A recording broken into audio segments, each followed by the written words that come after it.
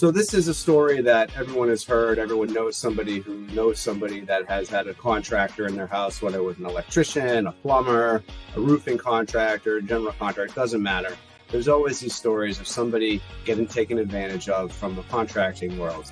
And the foundation contracting world is no different, and it happens to people, unfortunately.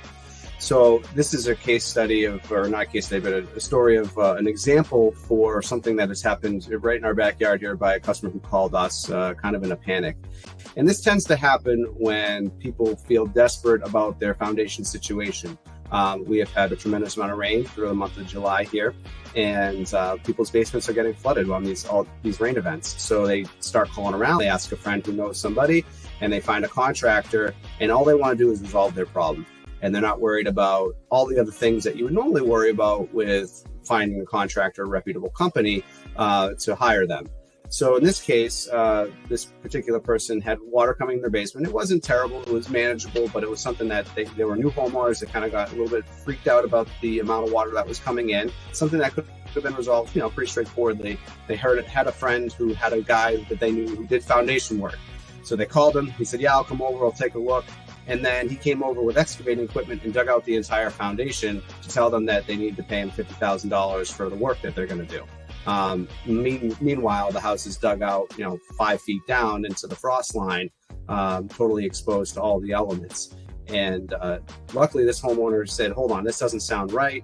Hey, can I see your license for the work here?" And he goes, "Oh, well, I don't actually I work for a different guy." And so they put the brakes on this project. Unfortunately, their house is totally exposed at the moment, so they're trying to hire somebody to fill in that area. But come to find out, this person didn't have a license, they didn't have a registered business, and they did a good bait and switch on what the scope of work was, which they said a couple $1,000s, which turned into over $50,000 with the work proposed. So this is just kind of a cautionary tale on how to address and work with different contractors with any trade, but specifically for basement foundations, right? The foundation is a vital part of your house. It's something we don't really think about, but when it comes to water leaking, it's kind of like a roof, right? You can't just let water come in all the time. It's a nuisance. It's dangerous. It can cause health issues. It can cause structural issues. So, it's something that you have to be aware of. And it's not just, what we call chucking a truck, or the guys who just do this on the side. Should be working on this stuff. When it comes to Massachusetts, Rhode Island, and New Hampshire and Connecticut, first and foremost, they should be a registered business. They should be in business for a period of time, especially if they're offering a warranty for any of their services. If you offer a lifetime warranty and been in business for 6 months, how valuable is that warranty? Do we know that this business is going to be around in 6 years, 10 years, 15 years? We don't know.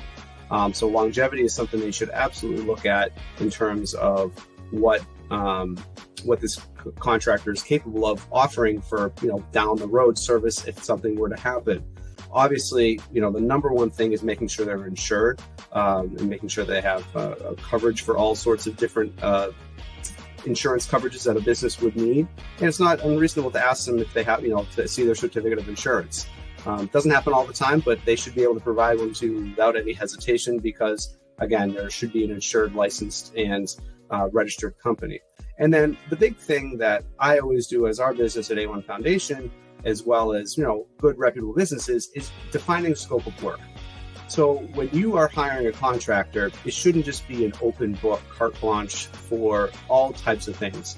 There should be a defined scope of work going in, an idea, if not an exact price going in, and an understanding if there's going to be changes, what these changes are going to occur.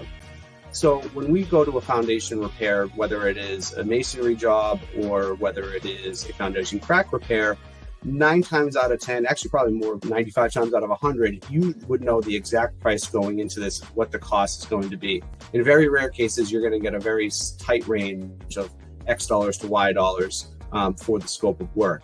And if there's any changes in the field, whether it is something that needs to be changed because the conditions are different or whether it needs to be changed because the scope wasn't quite as perfect as what we expected going in, that should be communicated immediately before any sort of change orders are done, right? So in the contracting world where you're working for a larger business, there's change orders all the time, right? You're building a skyscraper. It's not going to go exactly from point A to point B without any sort of hiccups or changes on the fly based on a million different things.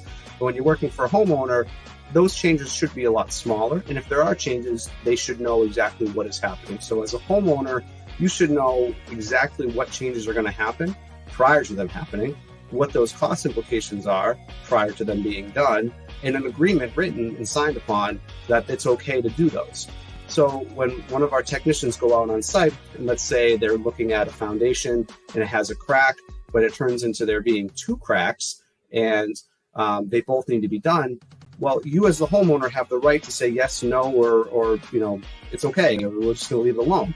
So when my technician goes out there, or our technicians go out there, we go out, we assess if there's additional work that needs to be done based on, questions from the homeowner, or they open up a wall and they see something different.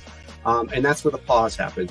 That's where we have a conversation. That's where you should have full directorship on what is going to happen next. No contractor should do any sort of work without you knowing, without you knowing what the price implications are. So foundations are no different in terms of contracting world from a general contractor or a roofing contractor. But obviously, when it comes to water infiltration, it turns out to be like, hey, let's get it done now, immediately. I don't care as long as it's fixed because the water's coming in. But it's oftentimes better to just take a pause for a moment, understand what the situation is, understand if this company is a reputable company, has good reviews, licensed and insured, and all of these things. And then also, are they going to be able to follow up if there's any sort of additional things that need to happen down the line? Or if there's any changes in the field, what's that going to cost and what's the implication of cost? So don't be a victim of bad contractors. Do your homework as a homeowner. Make sure you vet out everybody. Don't be afraid to ask questions. If they start getting, a little bit of wishy-washy, that's a moment of pause. You should really start press. But anytime you have questions to a contractor, they should be able to answer them right away, because when they start to do shady materials like what we had in this one, where we dig out of the foundation, that's when big cost escalations occur without anybody knowing. And so just protect yourselves. And there's all sorts of consumer affairs articles online on how to do that. But definitely make sure you're protected. Make sure you're working with somebody who's reputable.